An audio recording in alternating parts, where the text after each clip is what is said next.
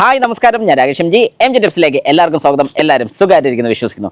നമ്മുടെ വാഹനത്തിന് ബ്രേക്കിന്റെ ബൂസ്റ്റർ അഥവാ മാസ്റ്റർ സിലിണ്ടറോ ബ്രേക്ക് ബൂസ്റ്ററോ കാര്യങ്ങളോ ഒന്നും തന്നെ കാണാനില്ല. കാരണം ഞാനിവിടെ നോക്കിക്കഴിഞ്ഞപ്പോൾ ഒന്നും തന്നെ ഇല്ല. ശരിക്കും അങ്ങനെ വരാനുള്ള സാധ്യതയുണ്ട്. അതായത് ബ്രേക്ക് ബൂസ്റ്റർ ഇല്ലാത്തൊരു വാഹനമുണ്ട് അഥവാ ബ്രേക്കിന്റെ മാസ്റ്റർ സിലിണ്ടർ ഇല്ലാത്തൊരു വാഹനമുണ്ടോ? ജസ്റ്റ് ഒന്ന് നോക്കാം.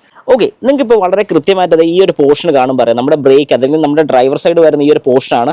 ഇവിടെ നമുക്ക് കാണുമ്പോഴത്തേക്കും നമുക്ക് ഈ ഒരു വൈപ്പറിൻ്റെ മോട്ടർ കാണാൻ സാധിക്കും, കുറച്ച് സോളിനോയിഡ് സ്വിച്ച് കാണാൻ സാധിക്കും.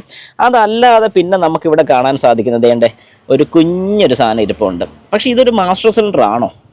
ഇത്രയേ ഉള്ളൂ ഇനിയിപ്പോൾ ബ്രേക്കിൻ്റെ സിലിണ്ടർ എന്ന് നിങ്ങൾക്കൊരു സംശയം ഉണ്ടോ? ഇതിൽ നമുക്ക് മാക്സ് മിനിമം കാര്യങ്ങളൊക്കെ എഴുതിയിട്ടുണ്ട്. അതായത് ഫ്ലൂയിഡ് ഒഴിക്കുന്ന ഒരു കാര്യമാണെന്നുള്ളൊരു കാര്യത്തിൽ തീരുമാനമായി. പക്ഷേ ഇതാണോ നമ്മുടെ ഈ വാഹനത്തിൻ്റെ ബ്രേക്ക്? എന്താണ് നിങ്ങളുടെ അഭിപ്രായം?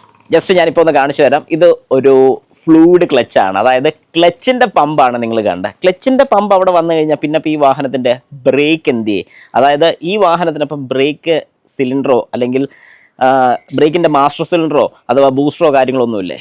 ഉണ്ട്. അത് ഞാൻ ജസ്റ്റ് നിങ്ങൾക്കൊന്ന് കാണിച്ചു തരാം.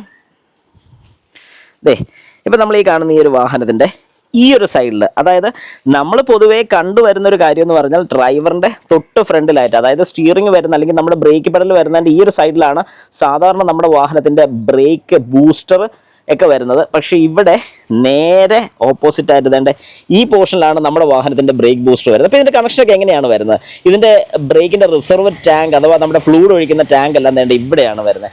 അപ്പോൾ അങ്ങനെയാണെങ്കിൽ ഇതിൻ്റെ കണക്ക് എങ്ങനെ ശരിയാകുന്നത്? ഒരു കോ ഡ്രൈവർ സൈഡിൻ്റെ അവിടെയാണോ ബ്രേക്കിൻ്റെ ഇത് വരുന്നത്? What is this? കണ്ടോ? അപ്പോൾ ഇവിടെ നിന്ന് വന്നു കഴിയുമ്പോൾ ഇവിടെ ഈ സാധനം വന്നു കഴിഞ്ഞാൽ എങ്ങനെ ശരിയാകും? നിങ്ങളൊന്ന് ചിന്തിച്ച് നോക്കൂ.